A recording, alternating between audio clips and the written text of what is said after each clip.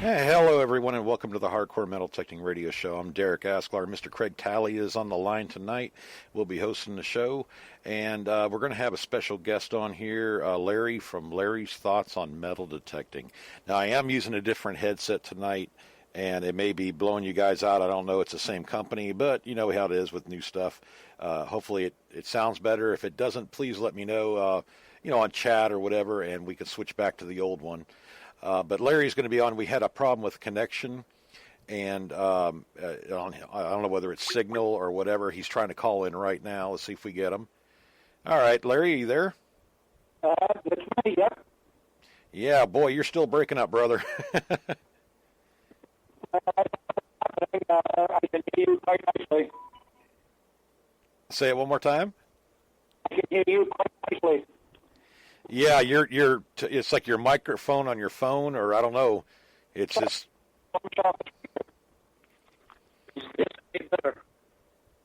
Not at all, brother. I don't know if that's my phone or your phone, but obviously we got a problem. I'll try calling you on my cell phone.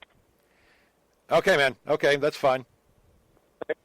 All right, so as you all can hear, we're having a little bit of technical difficulty here with phone line or whatever. Craig, you're there, right? Yeah. Okay. You sound fine. Okay. Yeah, it's just one of those things. It might be his phone, might be something else. He's going to try to call back. But Larry made a Facebook page called Larry's Thoughts on Metal Detecting. And Larry's got, over 50 years experience in metal detecting, coin hunting, and some, a little bit of relic hunting, that kind of thing, in several different countries. And it started way back, and I'm going to let him kind of talk about that when he gets on here. Hopefully we can get it straightened out. But yeah, I got to know Larry a couple times. He called into the show, but I spoke with him last night, and this guy has just got all kinds of information. He's very much into promoting the hobby in a positive way, getting new people involved, helping them out. It's all the positives, everything that's good. That's what he believes in. He wants to give back, as much information as he can. He does a lot of, donating machines to people, stuff like that. It has a really, really nice Facebook page. A lot of guys get on there.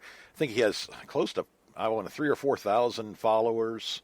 But, I just got an overall impression of him that this guy is a wealth of knowledge. I mean, it's like Mike Miller, Craig Talley, all you guys have, so many years experience in the hobby. And, I just thought it'd be great to have him on here. So who do we got there? Is it Larry? Hello? Hey, Larry, we got you, brother. Okay, I tried to use my cell phone, but my cell phone's battery is almost dead. Yeah. So my wife uses her cell phone.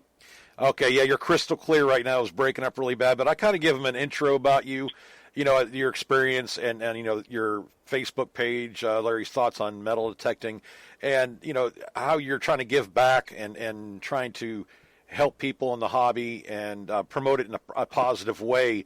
But, I spent, an hour or two talking to you last night, and I was just telling the guys that, you just got a wealth of knowledge. So I'm going to kind of pass it on to you right now. If you want to start off with, how you got involved in metal detecting or wherever you want to lead to, Larry, and we'll kind of go from there. Does that sound all right? Yeah, that sounds fine to me. I'll start off with a brief synopsis on how I got started in metal detecting. Okay, great. I got started in metal detecting in 1966, 67. I had joined the Navy in 65. I was stationed on the island of Guam.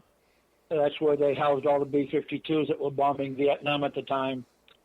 I was spending some R&R on a place called Gab Gab Beach, a very famous beach on the island.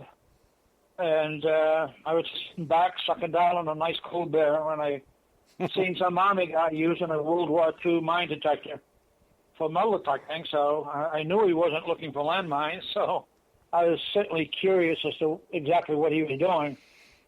So we talked for about 10, 15 minutes. He let me try it. I didn't find anything much except an old harmonica reed, a bunch of old beer cans, and some other trash items, but I was hooked. I realized the potential of metal detecting. Right. And I was very, very anxious to learn more about the hobby. to learn more about the prospects of metal detecting.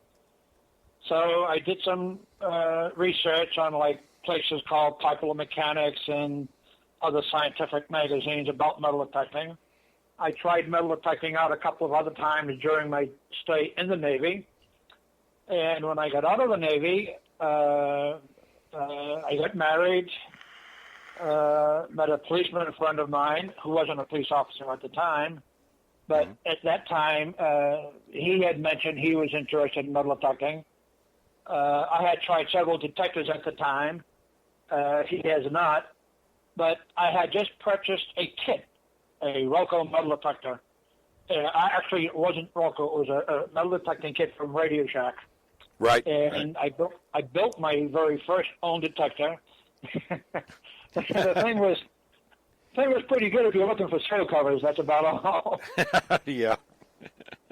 But then again, I was hooked, and just not too long after that, I bought myself a Rocco detector. It had headphones, and my friend, who was a detective in the Lynn Police Department when he retired, Rick Frampton, we used to kick each other's asses on the Lynn Commons.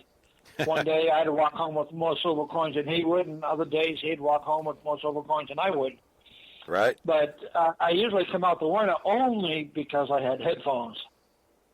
So to all your listeners, it's always a good idea to have always a good idea to have headphones because you hear all those subtle noises. Right. I graduated to a Garrett's, a White's, a Fisher. I stuck with Garrett for quite a while, but Garrett later on in the years got to be too heavy. In the last 6 years, I've been doing strictly Fisher metal detectors. I swear to God, my F5 is alive. That's what I use right now, a Fisher F5. Mm-hmm. And I love the detector. I've tried, oh gosh. That's all right, Larry. I've tried almost every metal detector out there. You know, Garrett's, White's, Fisher, Compass, to name just a few. And I've always stuck with the top three, in my opinion, are Garrett's, White's, and Fisher. Yes, now, sir. there's many detectors out there, and I don't want to discourage anybody. You know, back in the days, there was a lot of metal detectors that were really not too good. And Right. that's not so much the case today. Most detectors today, or rather most detector manufacturers today, produce some real good machines. And I don't think anybody really produces junk. It's so much today, metal detecting relies on how good you are at the hobby yourself. Right. Or right. in other words, if you will, Derek, it's not so much the metal detector that you have, it's how well you use what you have. Nope. I'd much rather see, I'd much rather see a newcomer with, say, an Ace 250 or an Ace 350 or a Fisher F22 or Fisher F44 than somebody with a 1000 or 2000 metal detector whose heart is not in it. A lot of Right. people with top-notch detectors go out there and they have top-notch detectors, but they don't find anything better, anything grander, or anything bigger than those that have the mid-price detectors. Because Right. I think some of the people that have the mid-price detectors have the heart, mind, and soul involved in the hobby. Exactly. And for me, and I think it's the same way with most of your metal detectors that are listening right now. It's such a smashing good hobby, and like I say, it's not so much what you have; it's how well you use what you have. And I depend on signal definition. Hell, you can have all kinds of bells and whistles, all kinds of little doodads that will scream, yell, scream, sing, and dance for you. And you know that there's going down there. And how often has the VDI meter told you, oh, great, I've got myself a gold ring. Turns out to be a pull tab. Right. Oh, wow, I've got myself a V nickel or war nickel. Turns out to be a pull tab. Mm-hmm. And so you have to go by experience, and the experience I use everything. I use the VDI meter. I use the sound. I use my threshold. I use my ground balance. If you have everything balanced, everything adjusted correctly, you will do okay. And the biggest thing today when people go out metal detecting is they grab the metal detector, they read the manual once or twice or three times. They'll go out there, they'll find a few coins, and they'll think they've got it mastered. Right. And that, of course, is not the case. Every metal detector's different. Oh yeah, exactly. Just like every car. I mean, you can take a dozen cars and they'll all go 80 miles an hour. Mm-hmm. So, and some cars will do it more comfortably than others. You know, the old saying is, you can't walk the walk if you can't talk the talk. Right. So you have to understand what the language of the metal detector is telling you. And if you don't understand what your detector is telling you, then you're not going to really be able to cooperate or rather communicate with your metal detector properly. Yeah, they always. I've heard it said that, you know, as far as metal detectors go, it's 40% the metal detector, 60% the user of the detector. You know, as far as performance. I think that's correct. Yes, there's no question about that. There's no question about that whatsoever. And you know, I find it a little bit disheartening because there's a lot of marvelous people that go out there.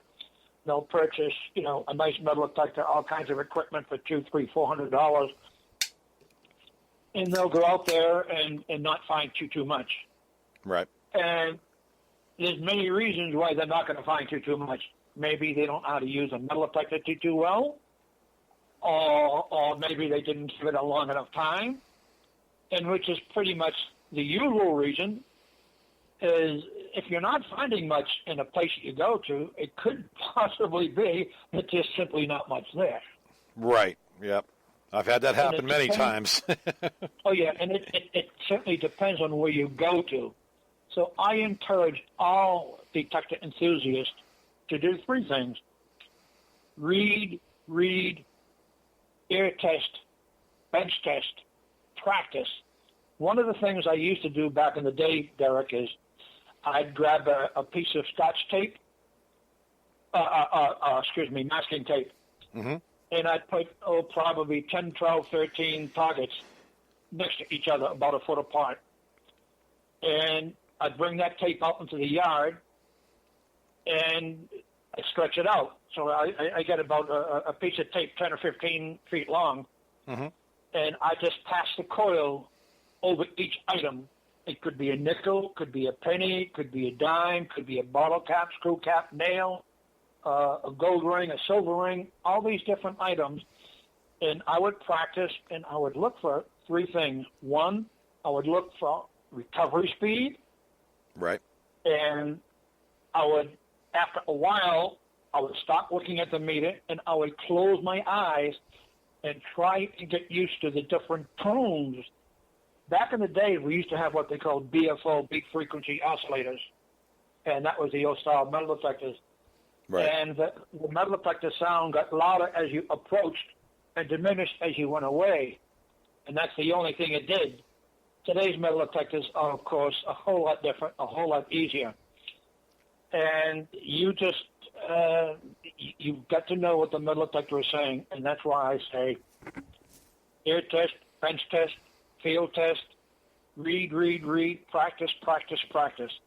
Now, practice does not make perfect, not by any means, but it does make better. Yes, sir. And I think the program that you have here is a smashing good program, because you help to open the eyes of a lot of detectorists. You help to give them information. You help to give them insight. And you direct them towards the proper ways of using a metal detector. And it's not just a metal detector, like I say in my intro on my group page, Larry Stotts on Metal Detecting. It's the history that we find. It's the friends that we make in the metal detecting hobby that makes it, that gives it another reason to love the hobby so much. Right. And I've been at it for, good gosh, we've been better than 50 years. and I love going to sites where they're supposedly worked out. Right. To me, there's no such thing as a site that's totally worked out because you're always going to miss something. Yep. And it could be like, I'm sorry? Oh, I said you're right. You got to get your coil over it. You got to be methodical. Yes, indeed. No, you have to be methodical, and there's many reasons why you're going to miss a coin. You miss a coin because you're watching a pretty girl go down the sidewalk, and you're paying more attention to the pretty girl than you are metal detecting. Or you hear a traffic accident. Different little things like that can distract you. And every time I go to a site, we'll say I go to an area today, and I'll go traveling north to south on that particular site today. If I return tomorrow, I'll go south to north. If I return this following day, I'll go east to west, and so on, west to east. When you go back to an area, you not only take away the old trash, which helps to prevent you finding the same trash again, but you approach that site from different angles. And when you approach that site from different angles, it's like opening up a new territory altogether. Exactly. I never approach the same area the same way all the time. Never, ever, ever, ever. And when I set my metal detector, and it's easy to do with my F5, I set it to the limit. I set it to as high as I possibly can. And when I get just a little bit too much chatter, I back it off just a little bit. And I can usually operate my F5 at like 95, 98%, or 95, 96, 94% sensitivity, which is pretty damn good for any metal detector. Oh, definitely.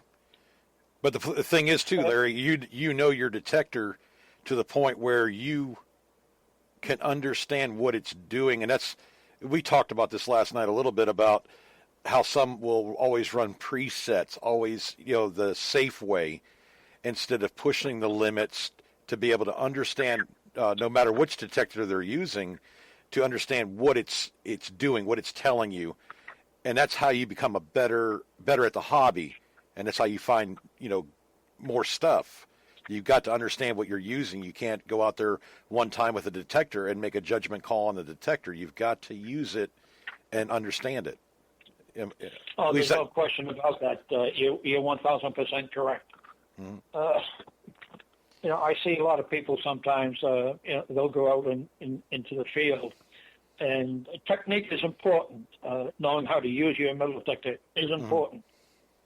But using proper scanning techniques is important. Like when you string the coil and you string the coil too far to the right and the coil tilts to the side, or you string your coil too far to the left and the coil strings to the side, that's not good. You always have to keep your coil flat. And if you swing your coil too far to the right or left and it starts to tilt to the right, then you're swinging the coil too far. So you've got to narrow your coil swing. Right. Keeping your coil to the ground as close as you can to the ground is always a good thing, and this is why I use coil covers. And another thing, I don't know if you're aware of this, which you probably are, and a lot of detectorists succumb to this.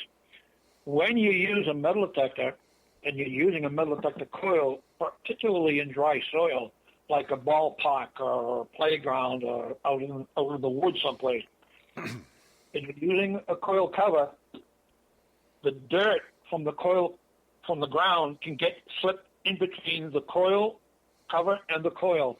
And get just enough dirt underneath, which will give you signal variations that you did not expect. And people say, Jesus Christ, my coil's acting crazy right now. What's going on? And more often than not, Derek, it is because you have too much mineralization between the coil and the coil cover. I had the same thing happen years ago with my White's machine. I had the coil covers for them, and I found it out the hard way, just like you said. And the guy said, well, take off the coil cover and clean it. And sure enough, there was all kinds of, small particles of dirt that had worked their way down in there. and I'd hunt Sure. it, and oh man, it would mess with in some cases it could mess with you pretty good, but when I hunted all the time, like 4 or 5 days a week, so you can imagine over 3 or 4 months the amount of dirt that was in there, and that's one thing that we had talked about on the white site back when I was using the whites detectors, to clean that thing out every once in a while, and or you're going to get those weird signals. It's almost like a Oh, that'll happen all the time. A lot of people Yep. like to use silicone. I don't like to use silicone. I mean, I've used silicone, but I prefer not to use it because if you want to take the coil cover off for some reason, you're having done. that silicone on there is going to make it a pain in the ass. Yep. So all I do with my coil, when I'm using a coil cover, I'll use some not duct tape. That's too strong. Right. I'll use some masking tape, and I'll put the line of the coil cover where it meets with the coil itself, and Right. put the masking tape around that edge and press in there real hard. That will prevent dirt from getting in. Excuse me. That will prevent dirt from getting into the coil. Mm-hmm. And if for some reason you want to take the coil off, it's easy. You peel off the tape, and presto, you're all set. Another little trick too, Larry. I don't know if you've thought about this either. When you guys go, how hard some of these coil covers are to get off these detectors. A little trick I learned was a piece of like 30-pound fishing line. You put that underneath it, clip it on, and that way when you want to pull it off, it just has a little loop. You can get that coil cover started so you can get it off there a lot easier. So it's just a little trick that I learned anyway. Yeah, I've heard of that before, and I think that's a smashing good idea. I've never done that myself. I've usually used the masking tape. Right. But using string or something like that is very, very, very good too. Mm-hmm. Now, I've heard some And, guys, a lot of these companies, too, the reason this happens, the reason for these coil covers is a lot of them are made out of plastic composite kind of stuff, a beautification ring to make the coil look nice on the bottom. And, I like White's machines and everything, and I've used them a lot. They're a good machine. But that's the reason why that you had to get coil covers, because you would scratch them up, especially if you were hunting parks, you had a lot of canned slaw or rocks or whatever. You would damage the bottom of those coils a lot, so you always want to put a coil cover on there to protect them. Where, with ours, we have an epoxy resin, and it's very durable. I've had mine for 4 years, and you can't even run your fingernail over it and catch any scratches. It's very durable, so you don't need a coil cover. It's a good thing. Yeah, and so every detector depends on which company, which detector it is. If you start noticing scratches, look for a coil cover for your detector, because you don't want to have to purchase these coils. Or some of them can be $300 and $400 depending what kind of detector you have. So make sure you take care of your stuff. That's what I've always said, anyways. Well, I had a friend of mine who was able to adapt an old Frisbee to his coil cover a long time ago, Mm-hmm. and it actually worked out pretty good. And but he kept on having problems with it, so he finally broke down and actually went out and bought himself a coil cover, and he was happy that he did that. Yeah, this enables you to scrub the ground. You don't have to worry about, especially you guys up north with a lot of rocks and stuff like that. You don't have to be so careful. You can actually scrub that ground, and you want to get as low as you can when you're swinging the coil back and forth, and you want to overlap. So it does help. So I don't go ahead, Larry. I didn't I was kind of adding on to it a little bit, but it's very important anyways. So no, that's fine. That's fine. There's so many things to metal detecting. It's such a big sport for all over the world. I mean, my gosh, you've got. It's kind of funny. You can have a baseball team, a hockey team, a football team, basketball team. So what? So many sports, but and there's only so many people you can add to the team because of the style sport. Mm-hmm. But on a metal detecting sport, you can have as many members as you want. exactly. And it's and I don't think there's any other sport that does as much to preserve the heritage and the history of humanity than metal detecting does. I mean, everybody has a little bit of a museum in their own apartment. You probably have one in your house. Yeah. Most metal detecting people have a mini museum in their own house. Several of the And, guys do. And these are great things. These are great things. I don't have as much as I used to, but I still have, I still have an awful lot of goodies. But in my group that I have, I try and teach,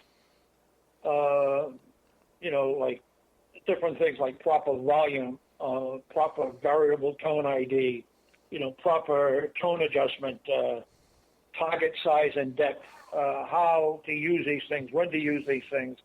These Right. things are also so important.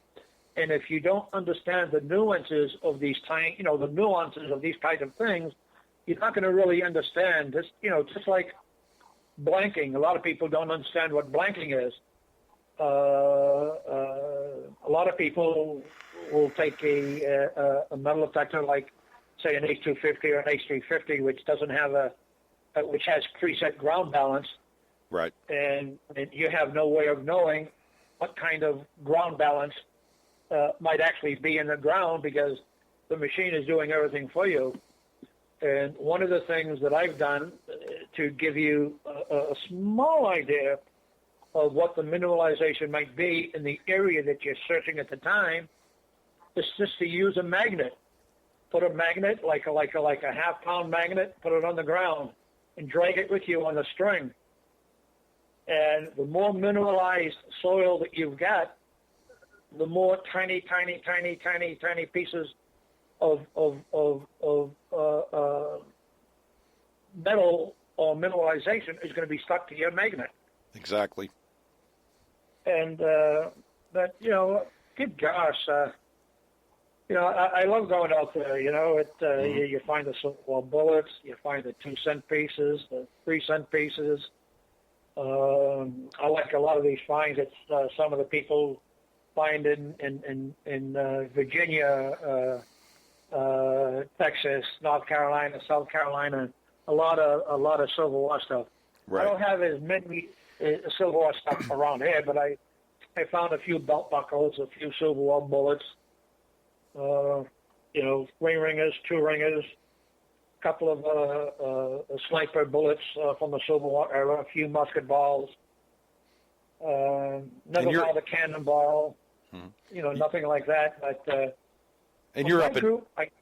I'm sorry. Go ahead. Oh, I was going to say you're up in Maine, correct, or is it Massachusetts? No, I'm in Lynn, Massachusetts, 17 minutes outside of Boston.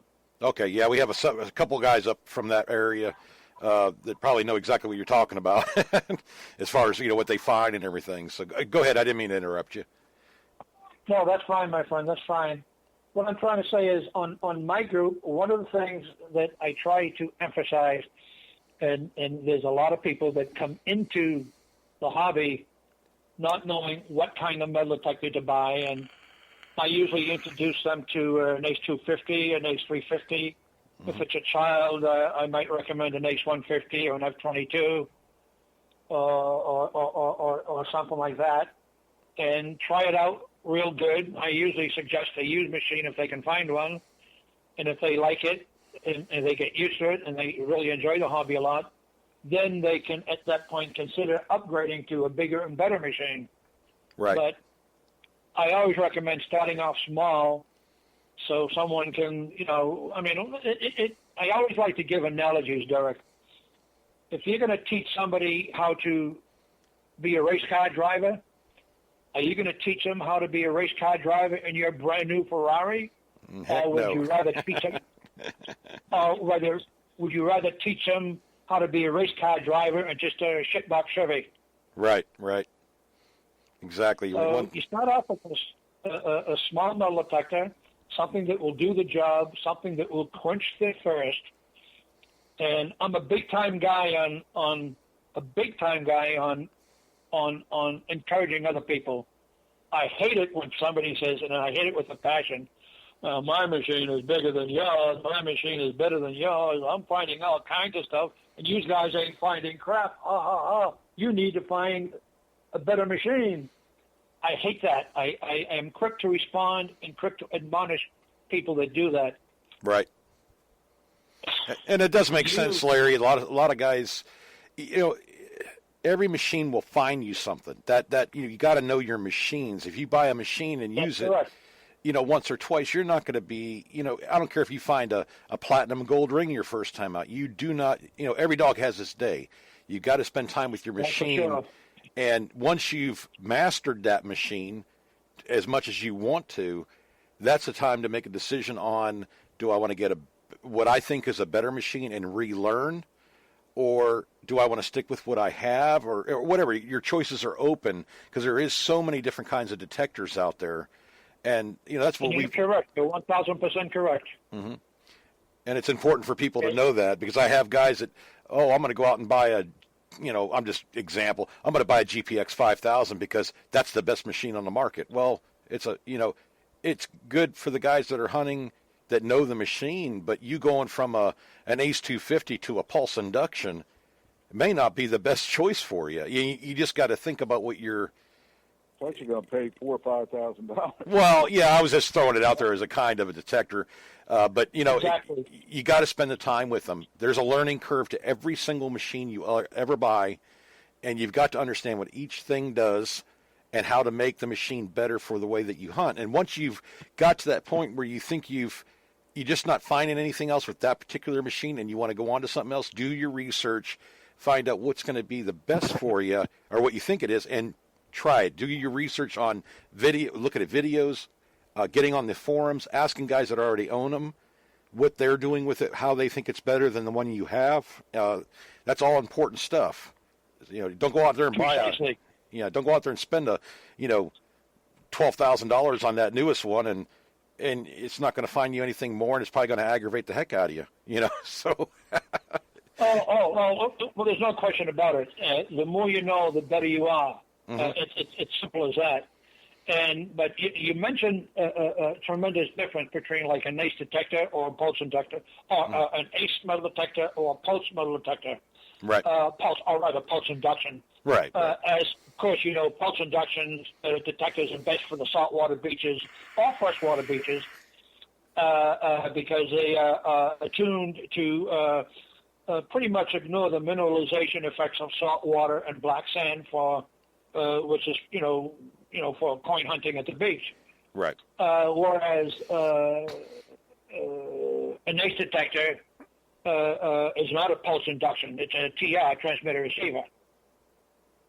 And it's important for people to understand these things. They might want to get a nice metal detector, and they'll say, well, gee, this guy's got himself a pulse induction machine, like say, our Garrett Sea Hunter, or one of the Infiniums, or right. a Fisher 1280X, or one of the other Fisher models that have pulse induction.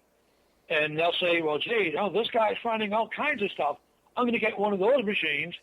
But when he takes that machine, they find out it's not as applicable on the ballpark as he thought it was.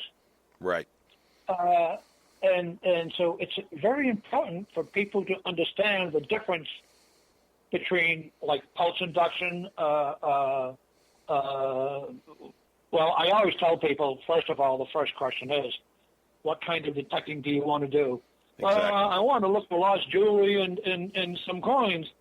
Well, then you're better off with a like a $200 or $300 metal detector to start off with, like an Ace 250, Ace 350, perhaps even an AT Pro if you want to go that, F22, F44.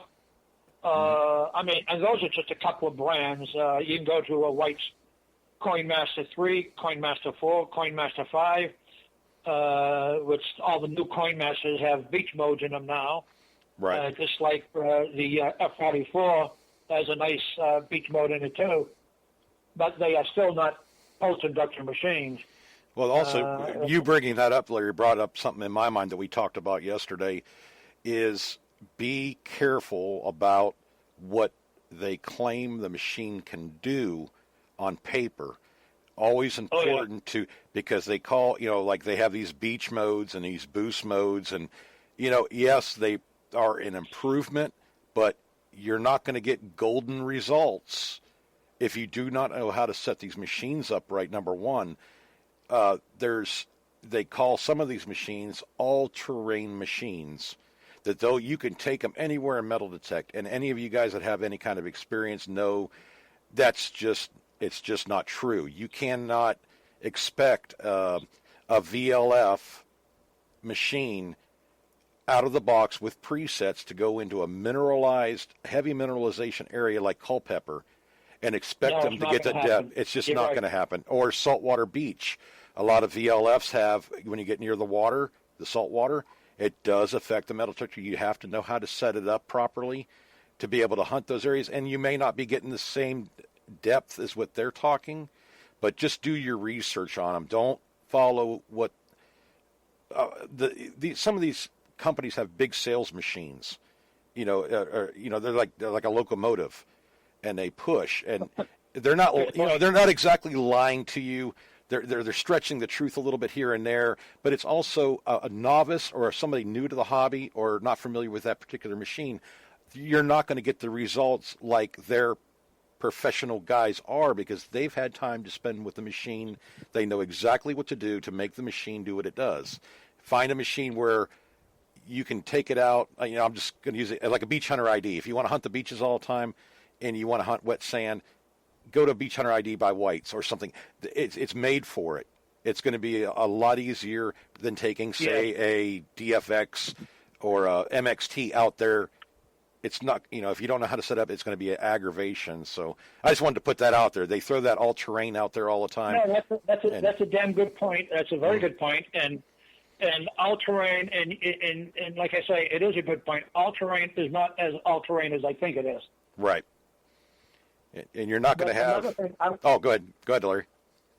No, another thing I want to point out, too, is I helped somebody out last week or 2 weeks ago. I don't remember exactly, but the guy was from California, and he had an F5, and his buddy had I think it was a Fisher, excuse me, Fisher F44, and they were both having the same problem.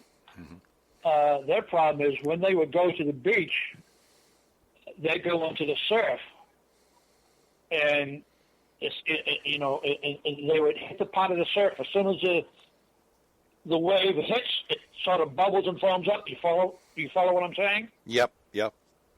That's the part of the surf you want to stay away from.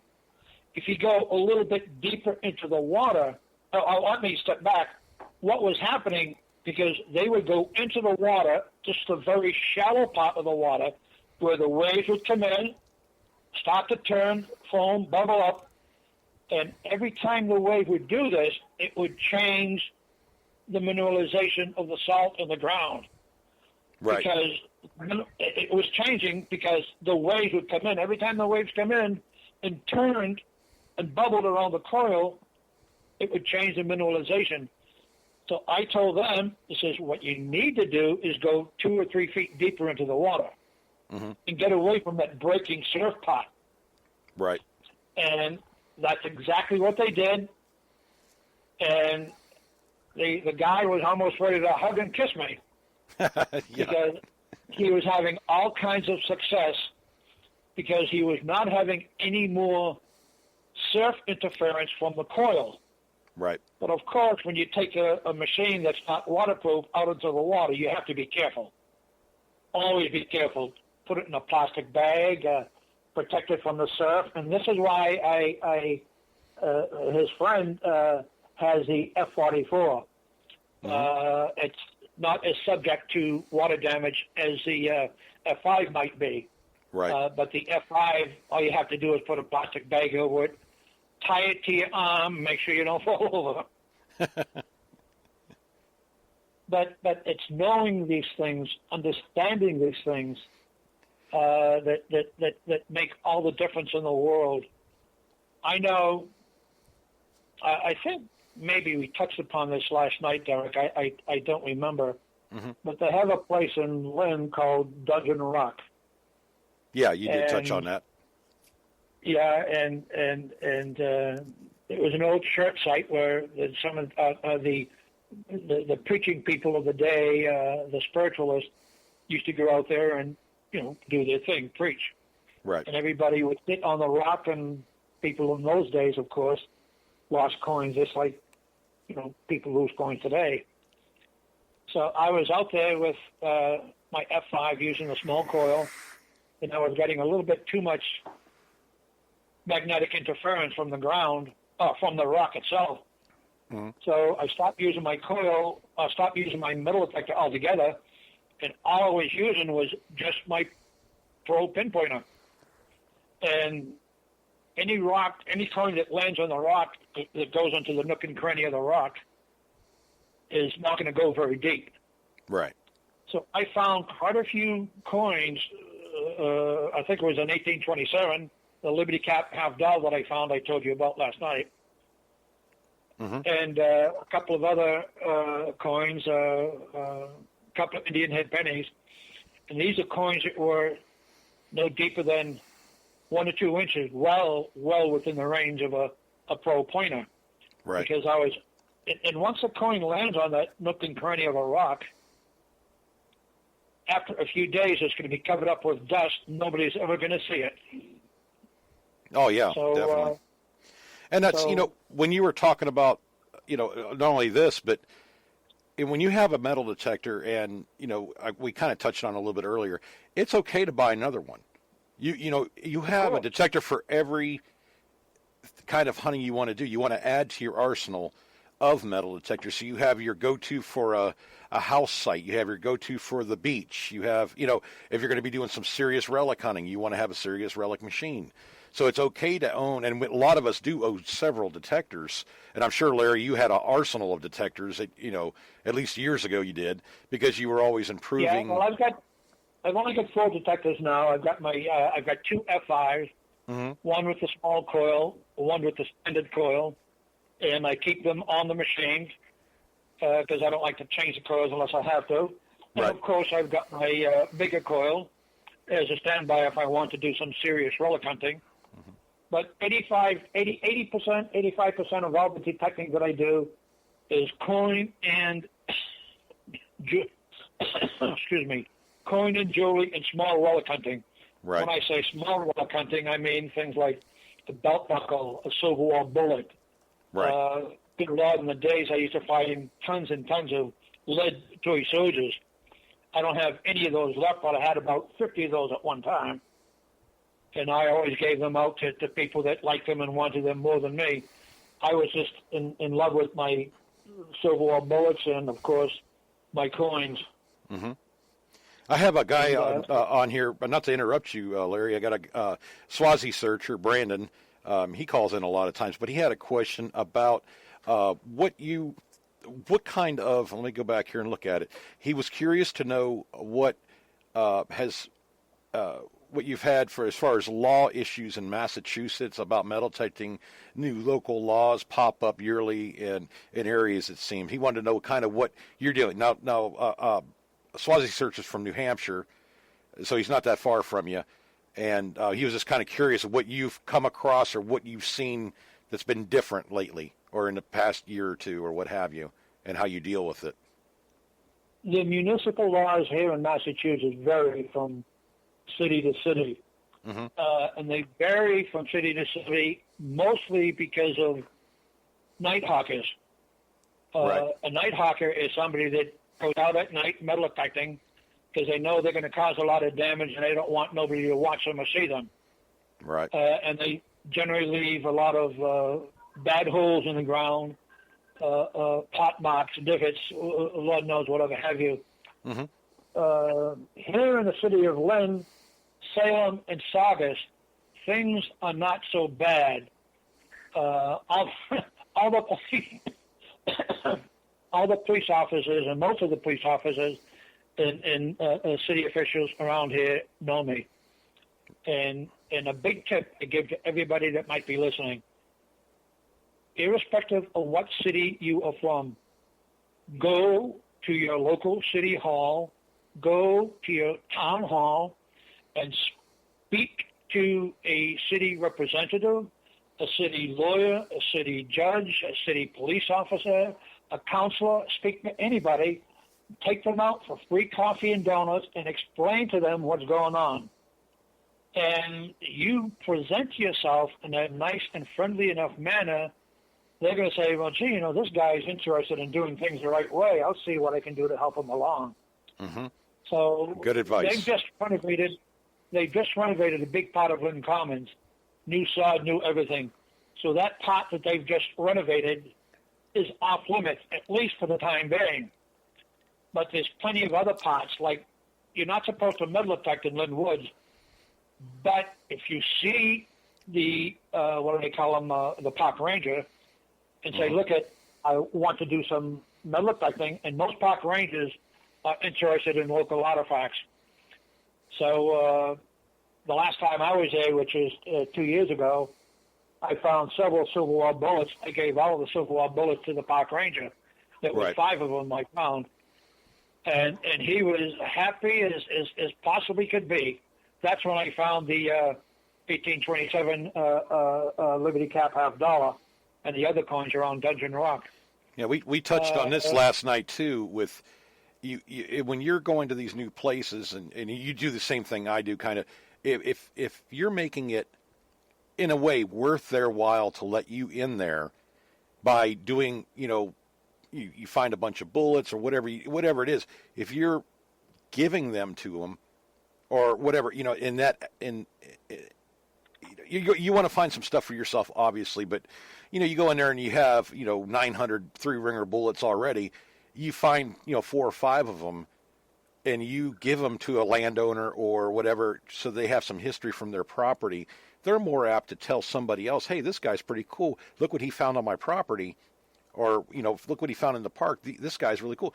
And next thing you know, you're getting phone calls, or people are more apt to let you on there because you're not out to just like rob them or something. Like you're talking night hawking. I joke about it a lot, Craig and I, and we don't do it, but we always say, well, we'll see them out there night hawking. It's become in a way a joke, but it's a real thing, and it's not worth going to. I'm just going to use an example. If you go to a battlefield and you dig a bullet, you're doing it illegally, you get caught, you lose, whatever. Some places is really strict. You lose your car, you lose your metal detector.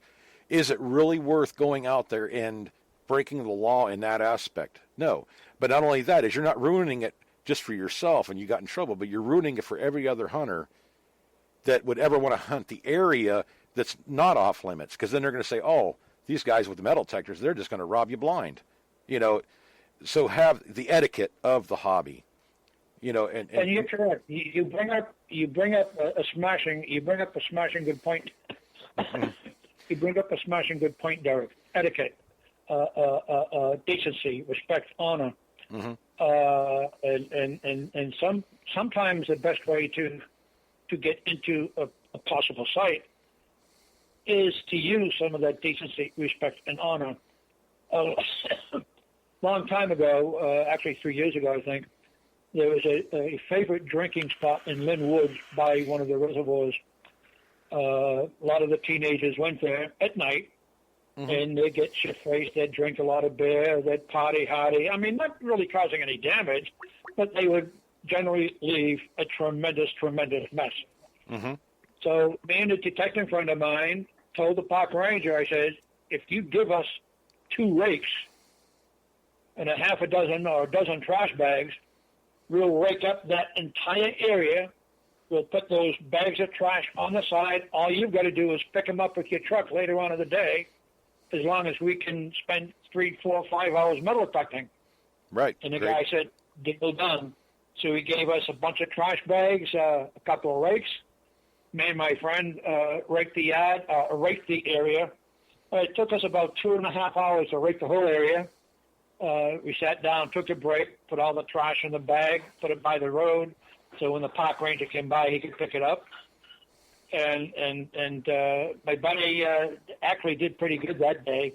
I found 3 silver quarters. He found 7 silver quarters, all Washingtons. A couple of silver wall bullets. I found a mercury dime. My buddy found a few Indian head pennies. I found only 1 Indian head penny. So a good deed But we got had a you. good time. Yeah, a good deed to them.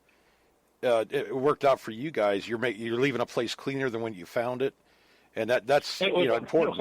it was a whole lot cleaner. Yeah, we got a caller on the line there. Who do we got out there? You have a question for Larry?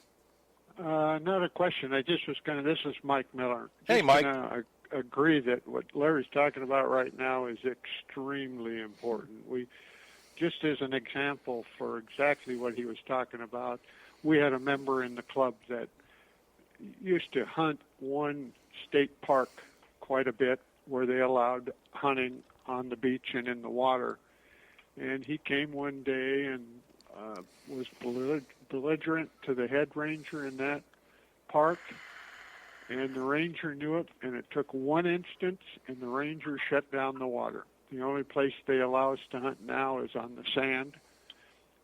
So it can take one guy, and he can take out a lot of hunting area for you. Another thing that we just found out, that this isn't a negative, well, we don't know yet for sure, but a positive. We had a guy contact the club the other day and say, when's your next class? Because the city of Clearwater requires training by your club before they will give a permit to hunt in the parks. And we weren't aware of this.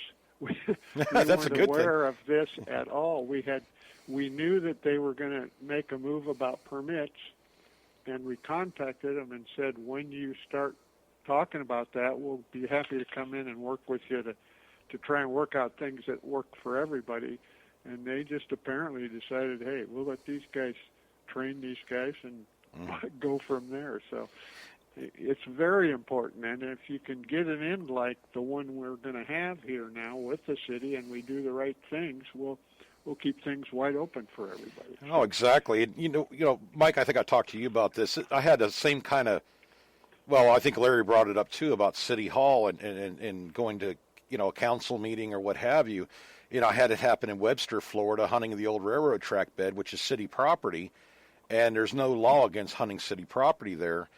But, the sheriff stopped by, and, he was, he was being a kind of a horse's patoot. But me and my buddy, we handled it right. We were calm. We were, this is what we're finding. We're not hurting, and we're filling in our holes. And it turned out that they had a lady break her ankle in a hole in the park that somebody left while metal detecting, and it caused a stir. So he said, you're going to have to go in front of city, the city, come to a city hall meeting, and you're going to have to talk to them. So we did. We had to wait for 2 weeks. And we went in there, and we brought some stuff that we had found, and we talked to the people. Everybody on the board unanimously said, you're fine to hunt this as long as you take care and you don't leave any trash around and holes open. And even, it could have been gone bad. I could have thrown an attitude at the cop or whatever and say, oh, that's my legal right, and start. But sometimes you're better off biting your tongue a little bit and thinking it out and giving him time to calm down and going in and do what you need to do and play the game, so to speak. But I saw on here where some of the guys were saying something about they didn't know that a ranger had the authority to shut down any spot. Well, he may not legally have an area to be able to do that or a right to do that, but he can make it extremely difficult. And who is the state going to think, or who are they going to listen to more? Their own ranger or an individual coming in there to hunt? So it's kind of, they do have a lot of right down here in Florida to stop this. They don't have to let you in there, as like Mike was saying. So, sometimes, honey and flies, you know what I mean? So you have to kind of, promote the hobby that way and keep cool. Don't go off. What you have to remember is you don't have any power. Right. In reality, they have all the power. Yep. And if you treat them right, generally, they will treat you right. But if you want to get belligerent, they will make sure you're sorry you did it. Oh, yeah. I think Mike is 1,000,000% correct. If you treat them right, that's going to open up a lot of doors. Oh, yeah. You can be certain. You can be 100% certain that I don't care if you're out there metal detecting. I don't care if you're out there metal detecting all by yourself. You can be certain that eventually somebody's going to be watching you. And they're going to be watching how you do things, watching how you don't do things. you are casting a reflection to the general public upon all of us. So your negative habits or your bad habits will do one of two things: close the door to this great hobby, or open the door to spread the hobby even further by our good actions and our good deeds. When a long time ago, actually a year and a half ago, I did City Hall, and let's face it, not too many people are going to let you metal detect on City Hall property, in the front of City Hall property. But this is one of the benefits of speaking to the DPW, the Department of Public Works. I knew that they were going to be fixing up the property, resodding it, planting a couple of new trees and things like this. I didn't know exactly the timetable, so I spoke to the city councilor, James Cowdell, and I told him what I was trying to do, and he said, yeah, sure, go ahead, I don't care. Just clear it with the police department. Right. So I cleared it with the police department. I told them I was going to be there, and apparently one of the officers who was patrolling the area on a Sunday morning didn't get the message, and he told me I had to get out. And I told him I had permission, and he told me, he says, show me your written piece of paper. And I said, I don't have it. I got the permission through Chief Carpenter. So he checked back with the station, and everything cleared out okay. Right. So I was allowed to continue. But, and I wasn't going to argue with the cop, and I even told the officer, I said, look, guys, these guys have got the gun. I'm not going to argue with you. If you wanted to, you could shoot me. So you could shoot me. I don't care as long as you don't shoot my metal detector. Yeah, you were just saying that. And I said you could have handled that totally wrong and said, well, you don't know what you're talking about. You could have come out with some attitude, and that would have shut it down. No, I wasn't about to do that. Well, yeah, I mean, but some people would do that, and sometimes you just gotta, you gotta bite your tongue clean off because, let's be honest, yeah. That's correct. You have some people, and I run into them every once in a while, just have a mouth on them, and they're trying to antagonize you in a way, whether it's law enforcement. There's always those bad apples, and I come home and my wife will tell me what's wrong. I said, this guy just, and I had that happen in Webster. I said, this guy really ticked me off. I said, not because of his attitude, the way he come at me was like I was a lower life form, just because I was metal detecting and I wasn't doing anything wrong. But instead, like I said, I kept my mouth shut and I did what he asked as far as, getting permission from the city council and all that stuff. But, it could have gone the other way. I could have showed my butt a little bit and got all ticked. And then I would have had, he would have had ammunition to use against me. He could have made it even harder for me to, get in there. So, yeah, you're right, Larry. You keep, do what you got to do and try to do it. I hate walking on eggshells, you know what I mean? But yeah, sometimes you have to do it. There's many ways, many ways we can spread the word. Lynn Commons is my favorite place. I call it my, excuse me, I call it my own personal playground. But across the street from one part of the Lynn Commons is a VFW, Veterans of Foreign Wars. Yes, sir. And I used to go in there on a regular basis on a Sunday or Saturday afternoon and just have a cold beer, sit down, talk with some of the guys. I was a member there at the time. Mm-hmm. But when I would go there, I would put my metal detector standing in the corner with a pouch of coins spread out on the table so people could stop by and watch. Mm-hmm. And I would get so many questions asked. Where'd you get that stuff? Oh, from the Lynn Commons. You mean across the street? Says, yeah, from across the street. And you would get so many invites to go into their backyards to metal detect. Mm-hmm. And I used to love metal detecting private property for two reasons. One, you don't have to worry about permission. You've got the permission. Two, right. A lot of the times it's going to be virgin territory. Right. And if it is virgin territory, you're going to notice within a very short period of time. 2 summers ago, I did a piece of property in Salem. I think the house is not there no more. I don't know. But actually, I posted the picture of the coins that I found on my Facebook page today. It was an old church built in the middle 1800s, like 1860, 1870. Mm-hmm. and in the basement was a dirt basement, and they used to have church meetings. I got permission to metal detect there, and at first I didn't find anything, but I kept at it. I figured out where the preacher would be sitting or standing, and I figured out where the parishioners would sit and listen to the sermon.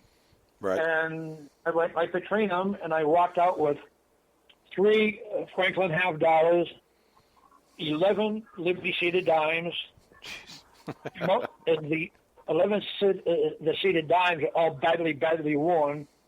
But the thing is, they were all in pretty good condition, basically, because they were in the basement, protected from the elements of the outside.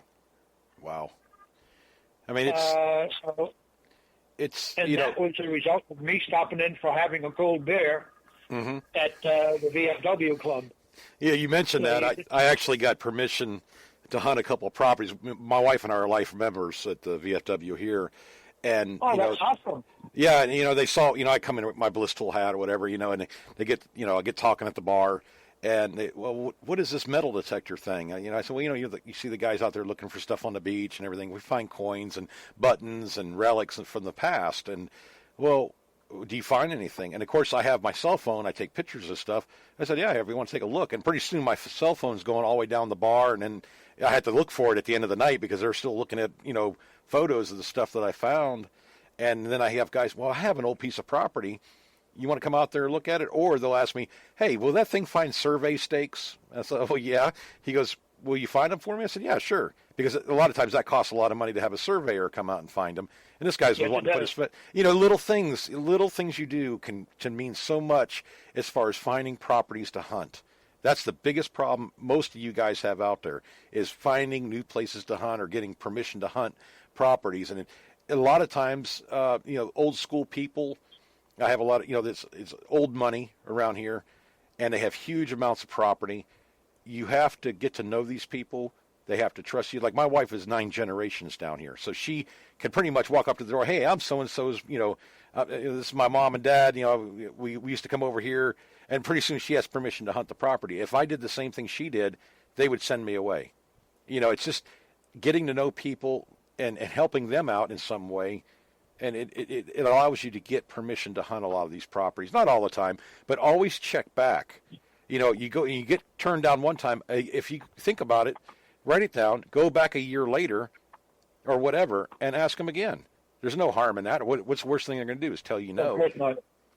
Just don't get turned, get bummed out about it. You just got to work the situation and just give it some time. A lot of times people change their mind. They might have had a bad day that day, and you just took the brunt of it. So, Lord knows, we've all had a bad day. Yeah. There's been a few times I've had a bad day, and I just, my day was just to the point you want to shoot yourself, but you want to do something, but of course that's not practical. Right. But and besides, I only got a squirt gun, so I'm not going to be able to be very effective in shooting myself. Oh, goodness. But one of the things, a couple of things that I used to do for places to go to, and I think I think we can all agree that one of the most important things in metal detecting is knowledge, insight, and one of the things that, and this is almost, in my opinion, an untapped resource.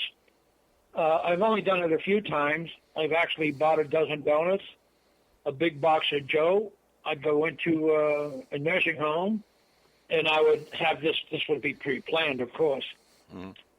And I would sit down with a couple of people. I'd bring my metal detector with them, a handful of coins and other things to show them what I was all about.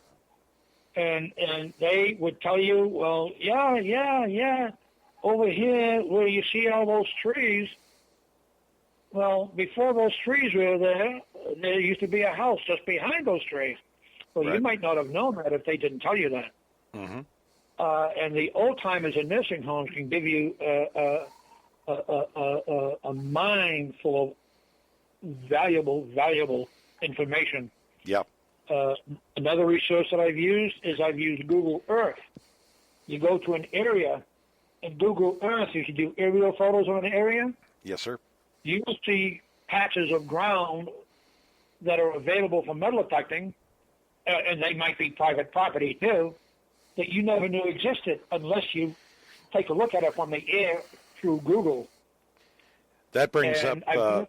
I was going to say historic aerials. Tom Bunch, three ringer on the chat here. Exactly. That is a very good one. It has a slide screen. It's perfect for finding those old spots that you just wouldn't know about. But yeah, go ahead, Larry. Sorry, I didn't mean to interrupt you. No, that's fine. Places to go. There's people say, well, gee, there's not many places around here, or there's not many places around there. Sometimes it's just a mere fact of looking outside the box. I'm fortunate. I live in the East Coast. We have a lot of good places to metal detect here. We have Lynn Woods. We have Lynn. Used to be the shoe capital of the world. Lynn, the birthplace of the American jet engine. Mm-hmm. Let's see. Lynn is the first baseball game ever under electric lights, which is a GE athletic field. Wow, I didn't know that. Lynn also, the longest man-made wall in the United States is the Pine Grove Cemetery wall. Huh. And Okay. they have a lot of drinking sites where you find a ton of bottle caps. Right. And all you need to do is rake them to the side, put them in a pile, and you're free to go metal detecting. And I found, good Lord, I don't know how many Indian head pennies, mercury dimes, a few Baba coins, and a couple of Liberty Cedar coins along these walls as well. Mm-hmm. But there's so many historic sites in the city of Lynn to metal detect. Lynn itself was established in 1629. And Wow. before Lynn was established as a city, Lynn was very, very, very active. Hiram Mabo, one of the guys that helped to dig Dungeon Rock, where supposedly Captain Kidd buried his treasure, and nobody knows for sure if that's actually true or not. But people have been through Lynn Woods, I don't know how many times, looking for the treasure. The Right. treasure is never found, but many people have found a lot of good things. Well, Larry, I've always had a thought on a lot of these stories, and you see a lot of this stuff on TV, and they're investigating and looking. Sometimes this stuff it may be in the most obvious spot, but nobody's ever hunted it. No, it's like, oh, it couldn't possibly be there. That'd be way too easy. And they go to the hardest spots to try to find stuff. Use your gut, guys. If you think there's something on a piece of property, even though everybody else tells you there's never been anything here, hunt it. Because, gut feelings are important. Craig and I talk about this a lot. We get a gut feeling to go somewhere, and, out of the blue, we'll find something that we've been looking for a long time. It's just go with your instinct. I mean, you guys are, hobbyists, yes, but you're after your own treasures, your own bucket list items. No, you have to. You're correct. You have to use the instinct.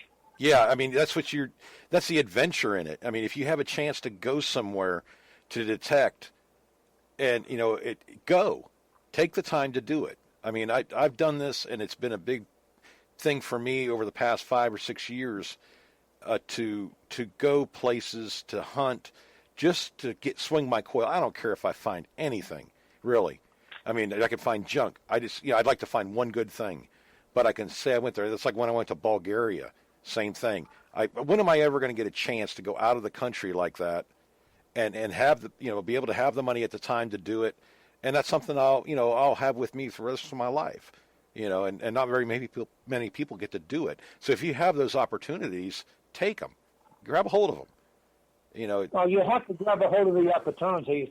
Yep. But the problem with opportunities, sometimes the opportunities don't present themselves unless you know what you're looking for. And I will give Right. I will give a small example. Like, say you're going to go into the woods, and you have a section of tall, thick heavy trees. And you're looking all around, and you've got to really pay close attention to this now. You're looking all around, and you see a patch of trees that maybe not too tall. They're kind of short, half the length is the other trees. The few and far in between, some small shrubs and bushes around there. But if you look real close and pay close attention, you might see that, oh, gee, it looks like there might have been an old house foundation of that set of trees a long time ago. And so you have to, when you go into the woods, you have to look at the trees. You have to know how long it takes for a certain tree to grow. If you're talking about tall timbers all over the place, and all of a sudden you got a 20-foot by 20-foot area where there's just a few small bushes, a couple of small trees, and it stands out because it's so small and so narrow, then chances are this is a place where there used to be a small house foundation. Right. And different areas like that. I found house sites by cedar trees, especially the ones from early 1700s and stuff. But a lot of these houses had older places they had their own wood, and cedar trees kept the bugs away and stuff. But I've actually a lot of there'll be like a grove of different types of trees in the spring. They'll be blooming. And you'll see more fruit trees and stuff around house sites. Yeah, I was going to bring that up too, Craig. You also see like little flowers, growing out of the ground. Even if there hasn't been anything there in 100 or 150 years. Stuff that's out of place. It's still coming up, And it's anything that's out of place, anything that used to be and it's not. But you're not going to know that it's not. You're not going to know that it used to be. You're not going to know what used to be there. You're not going to know the history. You're not going to know any of these things unless you do a little bit of research. A friend of mine, who I haven't seen in many years, was up in, I think, Maine it was. It was either Maine or New Hampshire, I'm not sure. And he ran across a couple of old outhouses in a big farm area. The outhouses weren't really used anymore. And there wasn't much of a stench or anything at all like that, but the guy still decided to go in there. He found, I think it was 6 gold rings in the pool, in the pit where all the crap and everything went to. But this was kind of stuff that he was willing to go through. Another friend of mine used to do ski jumps up in New Hampshire, Maine, and Vermont. Right. And right at the end of the ski jumps in the spring with the good weather, there's no more snow on the ground. You used to find a lot of gold rings, silver rings, bracelets, and different things like that. Yep. So it's research. As important as learning the metal detector, research is just as important, if not more important, because, you can have the best place in the world to go metal detecting. Oh, exactly. You're not going to find much if you don't know how to use a metal detector. Right. Or you could have the best metal detector in the world, and if you have no good place to go to, you're not going to find much either. Right. I was going to bring it up too. You research a site, and something was there, whether it's, I don't know, a post office or whatever it is. Don't overlook the surrounding areas, because if it was a place that people had to go to, they had to get there somehow. Usually it was on foot, horseback, wagon, whatever. Always, be open-minded. Use your imagination, and don't overlook those areas around this area, even if they're a half a mile away. There could be something there. It's worth a shot. I mean, you never know what you're going to dig up anyways. I mean, when you think about it, you can have your VDI numbers or tones or whatever. You never know what you're going to get until you dig it up anyway. And I've had many people tell me, and I've hunted their property, that nothing has ever been there before their house.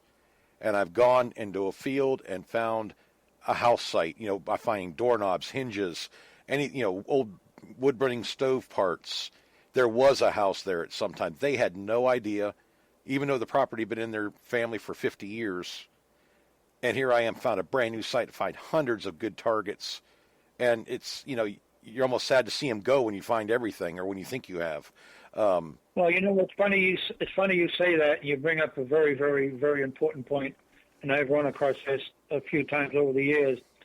Man, they ain't crapping that out over there. The house was only built in 1970, and yeah, the house may have been built in 1970, but that piece of ground is as old as dirt.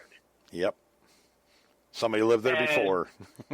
Somebody lived there before. Exactly correct.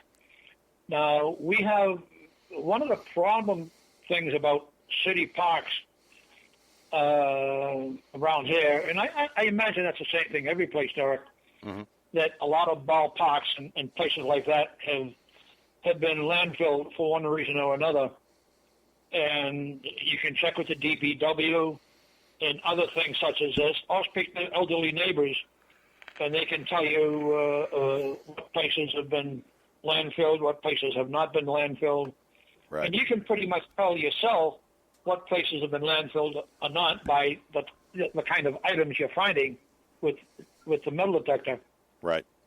And so when you go metal detecting, it doesn't matter if the house was built in 1970 or 2015. The ground is there. And I've metal detected old houses where I've found not too much. I've metal detected relatively recent houses where I found a lot. Right. And it depends on the history of the place. Mm-hmm. And that's why I suggest research, and more research, at least to the point where it satisfies your knowledge about the area where you're metal detecting in. Like I picked, like I've mentioned, I picked my favorite site, Derek, is the Lynn Commons. Mm-hmm.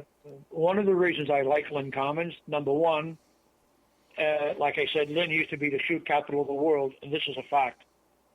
Lynn Commons is also shaped like a shoe. It can't be seen unless you're up on an airplane. Lynn Commons used to be part of Lynn Commons used to be part of what they called here in New England the Underground Railroad, where they used to smuggle slaves from one side of the Commons to the other side of the Commons up the street, a local street called New Park Street. Not Federal Street, I'm sorry. And also 1629 and before that, and certainly after that, certainly during the Civil War, the soldiers used to use the Lynn Commons as a training ground. And to step back just a little bit, part of the Underground Railroad had two tunnels that ran underneath Lynn Commons that went from one side to the other. And this is where they used to hide the slaves until they were able to smuggle them to, different parts of the city. So I knew where the bushes were. I knew where the park stands were. I knew where the flagpoles were. I know where the tunnels were. I knew the exact layout of the entire Lynn Commons, and I knew the places where the soldiers used to sit, the soldiers used to play, and the soldiers used to target practice. And that's why I've been successful at the Lynn Commons. Right. Same way with Stone Tower in Lynn Woods, High Rock Tower in Lynn Woods. Actually, High Rock Tower is in the Highlands. But there's so many places. And it's your familiarity with the place, it's your knowledge of the place that's going to give you that edge that other people might just not have. Right. And research sounds like an old cliche, but as you know, research is not a cliche. Research is important. Right. Even what you're finding, guys, if you find something, and I do this quite often, I'll find something I have no idea what it is or what era it's from. And I was going to say, just ask questions. Put it up on Facebook. Put it up on the forums. And somebody will answer you, or at least have an idea maybe of what era it's from. You may come across a spot that, you're finding some really old stuff. And I've had it happen recently. I know it's old. I don't know what it is. I don't know when it was made, really. And then you start asking around and showing some photos. These guys will help you. Larry will help you. I mean, don't be bashful about it. You new guys out there that are listening, it's a good outlet. Internet is the best thing for identification of items. There's so many sources, but you got to put the photo up there for people to see it, and they'll help you out to get the best. One of the things I love about the groups, like my group, and not just my group, there's many groups out there. There's East Indiana Treasure Hunters. There's Relic Hunting the USA. Oh, yeah, tons of them. There's another group from the Netherlands. I can't think of the name of the group, but they're extremely, extremely popular. But the thing that I like about these groups is so many of these people are so damn smart. Yeah. And so talented.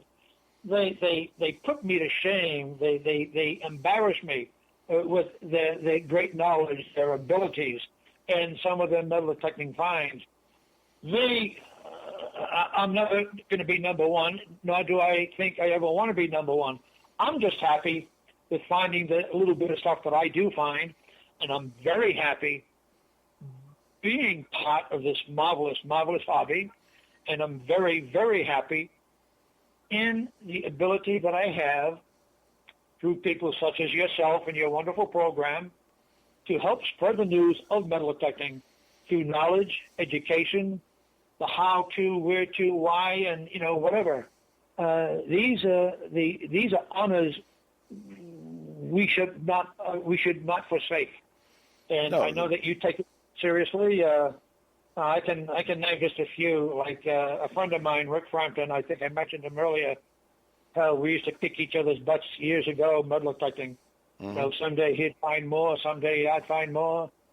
Yep. And he's always been supportive.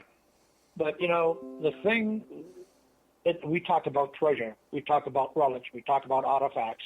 Mm-hmm. But the other thing that I would be ill not to mention it, the other thing that we find through metal detecting is friendship. Absolutely. I think, by and large, most of the people out there are pretty damn good people. Yeah. I mean, really think about this for a second. If you take 50 metal detecting people or 100 metal detecting people, and you put them out in the field, metal detecting against each other, looking for, like a seated hunt or whatever, you don't really see these guys arguing, shooting each other, having brawls and all kinds of things like this. Mm-hmm. They get along. They support one another. They help one another. And this has been my experience throughout the years. Let's face it, how many hockey games have you gone to where the guys are ready to kill each other? Yeah. Or baseball game, or football game where guys are ready to kill each other because they bumped into somebody too hard. Yep. And Larry, I think about this, and we've talked about it on the show, how blessed we are. Just, Craig and I, we have made so many friends. Some people say you can't make a friend on the internet. Let me tell you something. Me and Craig met on the internet. We've become very good friends. I like Bill Pendergrass and Mike Miller and Tom Bunch, and these are guys I probably would have never ever met if it hadn't been for metal detecting. Face to face this year. We finally we've been in business for 4 years. We finally met face to face, but it's a blessing. There's guys, and I think the neatest thing about it is you could have a whole room full of guys that metal detect, and really, if that wasn't for metal detecting, their paths would never cross. There's lifestyles are different, everything else, but that's one thing that we all have in common is a love of metal detecting and a love of treasure hunting or whatever. It's an awesome thing. It's a love for treasure hunting, it's a love for metal detecting, and it's a love for preserving our history, our heritage. I mean, you can go to. I got a friend of mine that does a lot of metal detecting for Indian artifacts. His name is Brian Jones. He's with the East Indiana Treasure Hunters group in Indiana. He finds a lot of Indian-style relics, Indian trade beads, and things like this. and he likes to do a lot of field hunting. Right. And which I've done a lot of field hunting myself, but not to the degree that Brent does. He finds a lot of good stuff like the Indian arrowheads, musket balls, and different things like this. And what I'm trying to bring up is he is helping to recover the history, the heritage of the neighborhoods where his local farmers are. The local farmer 100, 200 years ago didn't know that this was an Indian training ground, didn't know that this was an Indian reservation. They didn't know a lot of things. But because they find these arrowheads, because they find these flint tools, these bone-style carving tools, they knew the style, they knew the history of the neighborhood. And it's because of the heritage, the history Right. that we have in Massachusetts. Oh, I mean, hell, not just Massachusetts, but every state is rich in history. Yep. And I agree with I like the East Coast because, this is pretty much where history started, and for America, it was on the East Coast. Yep. And I was just sitting here looking on here. There's a Brandon Stewart, Swazi Searcher. He's on chat right here. He doesn't live that far from you, and he is. I mean, he talks the You mean same Brent way. Jones? Huh? I'm sorry. You said Brent Stewart? No, Brandon Stewart. He goes by. Oh, I'm sorry. My apologies. Yeah, he lives up there in right near Boston and all that stuff right where you're at. He's within driving distance.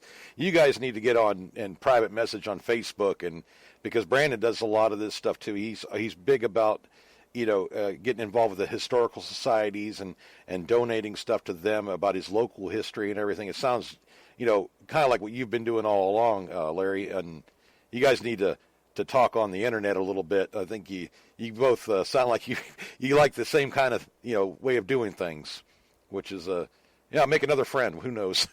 So Well, I just want to throw that. Here in Massachusetts, we have a thing called, and it's probably the same in many other states, but I'm not certain.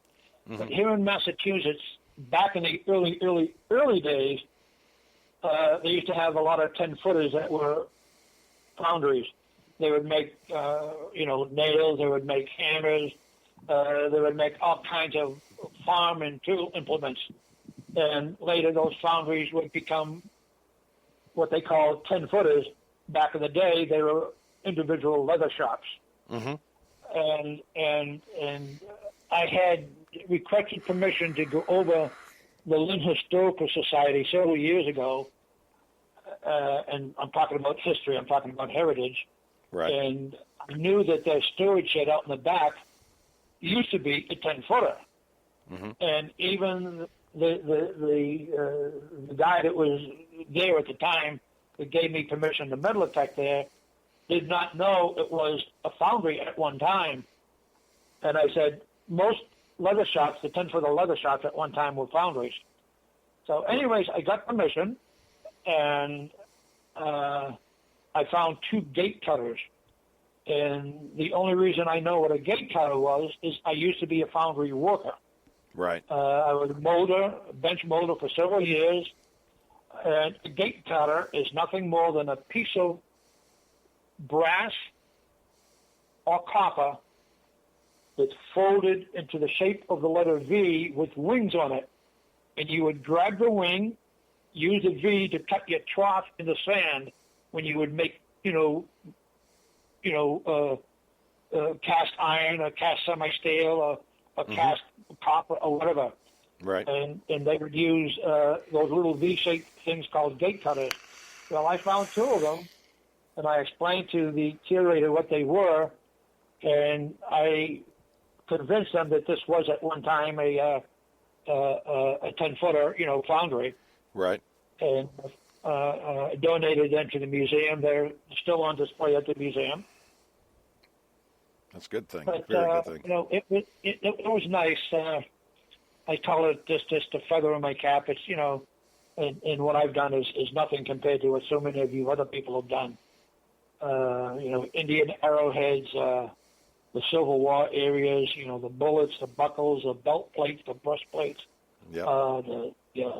Like out in Europe or the Netherlands, they find a lot of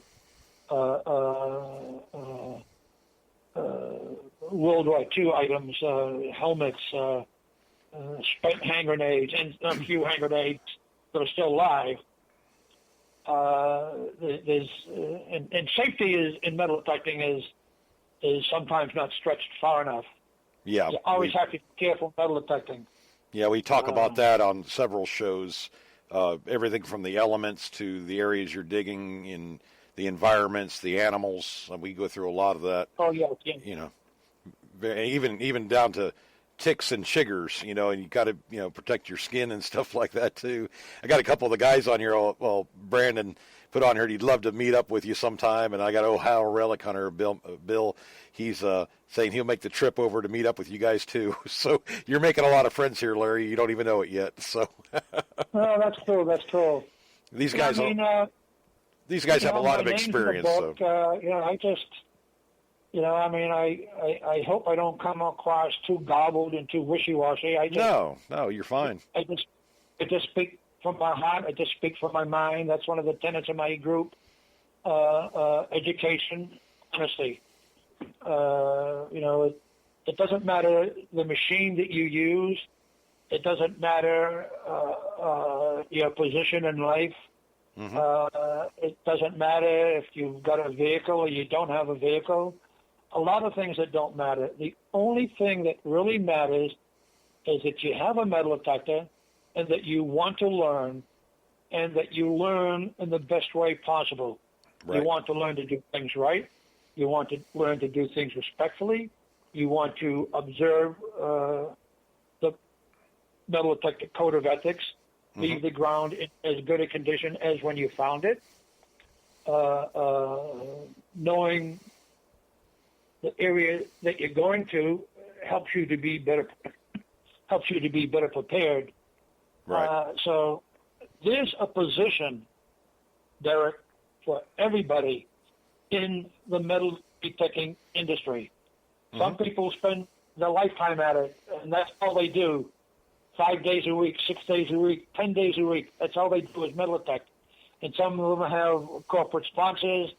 Some of them have big-ass bank accounts to use. And this is nice. This is a wonderful thing. But most of us have jobs to go to. Most of us don't have big bank accounts. Most of us are just hobby metal detectors like myself. Back in the day, hell, I used to do between 25 and 35 hours a week metal detecting, and that was a lot back in the day. Right. And it was nothing for me to walk home with at the end of the season with anywhere between $300 and $600 worth of common change. That's just chump change. Right. Yep. Not including the silver coins and all the other goodies. But you pick up a bullet and you say, well, Jesus, this bullet was meant for somebody. Yep. Well, like one of my favorite coins is a 2-cent piece, 1864 2-cent piece. Mm-hmm. That was during the time of Lincoln. Lincoln was assassinated, I think it was 1865. Yeah. Now, who's to say this same 2-cent piece wasn't used by President Lincoln to buy a bag of popcorn at the Ford Theater? I mean, some silly thing like that. Yeah, it was certainly held by somebody during that period. It's the character of the item. A lot of guys, you brought that up. We talk about hold coins. People hold them out to wear them as in they're sewn into their shirt or wear them as a necklace. And a lot of collectors say, "Oh, that's not worth nothing. It's not pristine." But to a guy like us, that has character. It has history. Somebody did that to it. Why did they do it? When Here's 2 little points here. You might find it interesting. Mm-hmm. The 2-cent piece, it's the first coin where the motto "In God We Trust" appeared. It appeared on a 2-cent coin, 1864. Mm-hmm.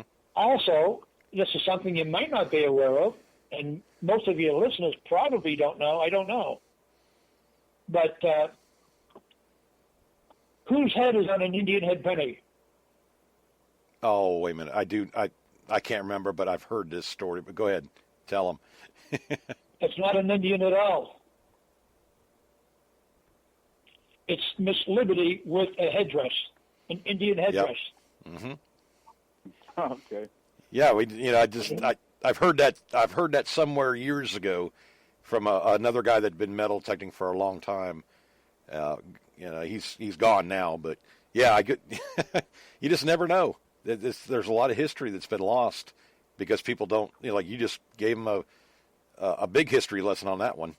So I'd have forgotten that. But history is remarkable. History not only brings us to where we used to be, history also helps us to understand where we are. Yep. History also helps to prepare us for the future. History, if we are smart, teaches us not to dig a hole that's full of glass without wearing gloves.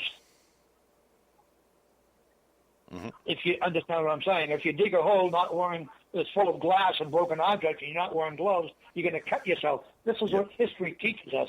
History teaches you to be careful. Yep. And that's one of the good things about the group. One of the good things, remarkable thing about your radio show, which I love. It reaches out to a lot of people. A lot of people are learning, becoming better at the hobby. And let's face it, if you understand your machine better, you're going to find more. Yep. If you understand how to do things better, you're going to find more. If you understand how to do research and look for different places to go, you're going to find more. And that's what our groups, Derek, are all about. We help to teach. We help to educate.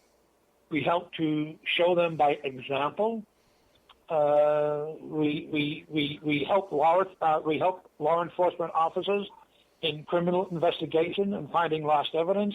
Yep. We help that newlywed find their lost wedding band. Mm-hmm. So many things.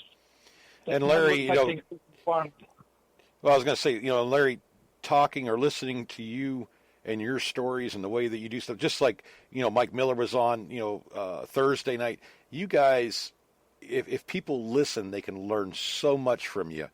I'm only a guy that's been in the hobby for, it's like 16 years, but I've always tried to listen to what the veteran hunters talk about, whether it's just plain stories or tips they can give or whatever, and I try to absorb all that because that's how, I become a better hunter. That gives me a leg up on the way I hunt. And that's an important, don't ever think, I want to have you on the show again because, it's like I told Mike, I mean, there's more stories that he has too, and that could help somebody out or just plain interesting. So, always, feel free. We can have you on the show anytime. It's a great learning experience. I appreciate that. Well, one of the keys, I mean, we've already advocated learning how to use your metal detector properly through practice, air testing, bench testing, field testing, etc. We've already advocated the how-to and where and why. Leave the ground in as good a condition as you possibly can. We've advocated so many positive things about metal detecting, and there's so many people out there that have so much expertise. Is phenomenal, and I want to do you a favor, your group a favor. Remember the name Brent Jones. Okay. He's from Indiana. He's a volunteer fireman. Either Mark, I can't think of his last name. He's with Tomzik. He's with History Hunters, the USA. Relic Hunting, the USA. But speak to Mark or Brent Jones. Ron Jones is phenomenal. He would be a most excellent host on your program. I'll definitely look him up. He's on Facebook. Just friend him. You might already be friends. I don't know. We could be, and but that name sounds familiar to me, anyways. And that's what I was telling them the last couple shows that we want to start having more and more guests on, because all these guys that you see on chat and stuff, these guys are all great. I mean, they've been hunting for quite a bit of time. Even we have some that have only been hunting for 6 months to a year, but they're learning so fast, and they do have a lot of stuff to contribute. What their learning process is, what they're doing. I mean, it's like a camaraderie kind of thing, and I'm just thankful that I was glad you were on the show tonight, and we kind of wrap it up a little bit. We went a little bit over, but I'd love to have you on again, Larry. And if for those of you that kind of just tuning in or what have you, Larry is he has the Larry's Thoughts on Metal Detecting. It's a group on Facebook. Definitely check it out. And Larry, is there anything else you want to promote? I don't know if you have a website or anything like that. No, I just have my regular Facebook page and my group. Excuse me. That's all right. My regular Facebook page and my group page, Larry's Thoughts on Metal Detecting. Mm-hmm. Sometimes I'll have people call me up on the telephone, and I'll give them a few pointers on perhaps on how to use their machine, tips and tricks that can be used with almost any metal detector. Metal detectors all operate the same way, in the sense that they emit a radio signal. The radio signal is captured by the item in the ground, and that signal is transformed into a different signal, which is sent back to the receiver and the computer on the metal detector, and is verified as a nickel, dime, a quarter. Or you can use a VDI meter along with the tone ID. There's just so much for metal detecting, and the only thing I would advocate right now is just practice. Do the best you can to do the best you can. Mm-hmm. Let the old man upstairs take care of the rest. That's right. I guess with that, Larry, I guess we're going to call it an evening. I do thank you very much for being on the show, and I look forward to having you on again, and you're welcome to call in or what have you whenever. Like I tell everybody, I mean, we don't have a specific format for the show. We kind of like to let it kind of flow the way it does, and you never know which path you're going to get, but usually it's always pretty good. And guys out. Go ahead. 40-some minutes, and it didn't even seem like. I know. I looked down. I looked down. It was like already over. But yeah, we're going to go ahead and shut the show down, guys. And be sure to like the show and follow us. You can follow us and get email blasts and stuff like that when we're going to have special guests on. Thank you guys very, very much. And one of the days I hope to hit it for $1 million. I'll take every one of you out to Pizza and Bear. There you go, brother. I'm there. I guess with that, guys. God bless. Thank you. Yes, sir. All right. Have a good one, Larry. You too, my friends. Bye-bye. But, guys, now. and for those of you just tuning in and everything, we're on every Thursday and Saturday night at 8 p.m. We're with BlissToolAmerica.com is our website. BlissToolAmerica.us is our forum. You're more than welcome to join the forum as a member. It doesn't matter which detector you use. You can post up other stuff too. And I guess we're going to have one last caller here. Hang on a second. Let's see if I can get him on here. Who do we got there? Is that Brandon? Yeah, it is. Guys, they're just looking for a plug for Larry's channel. Oh, a plug. Oh, he has, it's Larry's Thoughts on Metal Detecting. And it's on Facebook. And you can actually, I think I have a link to him on my Hardcore Metal Detecting Facebook page, but I'll put it up. Okay, yeah. And Larry, he's had that going for about 3 or 4 months. Larry Cada. Cada, yeah. Larry Cada. Yeah. And there's a lot of guys on there. He has like several, like almost 4,000 people or something like that tune in or something along those lines. He's close to 3,000 Oh, is it 3? on this group. Oh, okay. Yeah. I know he was way over 2,600 the other day. Right. And he's just a guy that will... as you guys could hear, I mean, he's willing to help anybody out. He's a good guy. So, but Brandon, yeah, I mean, you're real close to where he lives at, I think. So definitely, if anything else, you guys he's can not far away. you guys can exchange information, and you guys can both learn something. That's good. I just want to make sure that it got out there because there was a few guys listed on the chat that were looking to see what his page was. So I want to make sure he got his props out there. Oh, yes, sir. Yeah. It's Larry's Thoughts on Metal Detecting. It's right on Facebook. You can join his, I think you just join or whatever, click join, and you can, or he may just let you in. I can't remember offhand. I know I've been a member of his page for a while now. Yeah, approve you, whatever, but he does. But guys, Tom just had to ask a bunch of questions. Keep it going. No. I still got another hour we can broadcast, but I don't think everybody's going to stick around that long. But I do want to make sure that he gets his props out there. He's a great guy. Larry's one of the stand-up guys in this community, and I think I could have probably asked him 20 questions over and over again. Mm-hmm. I just wanted to let you guys run the show, but, I was really curious about the metal detecting laws changing in Massachusetts, where I'm right on the border, and it's changing fast by community, by county. It's unreal what they're doing in Massachusetts compared to my own state of New Hampshire. Yeah, it's happening a little bit everywhere, and it's it comes down to like Mike said, it's happened at certain areas down here where one bad experience or an attitude thrown at a particular person can shut down a lot of stuff for the people in the hobby, other people. So you gotta be nice to people, and just kind of bite your tongue sometimes. But yeah, well, then it's not only the digger, but it's also like I ran into this a couple of weeks ago where it was somebody that's a landscaper on the property. They felt like they had that chip on their shoulder, and they said that you can't be in this area. I said, well, you know what? The town says otherwise, the county says otherwise, the state says otherwise. But this guy had a chip on his shoulder. Granted, he mows the grass. But that's kind of where I ran into that situation. Right.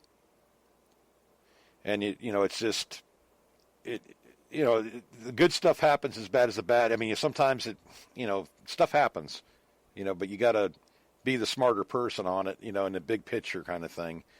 And that's what a lot of that's pretty much what Mike was saying, Larry, and you, and that's the way we all believe anyways. But anyways, I'm going to shut this down, Brandon. I'm not going to let you ask any more questions, my friend. No, I agree, buddy. But yeah, definitely, guys, tune in. Tell a friend about the show.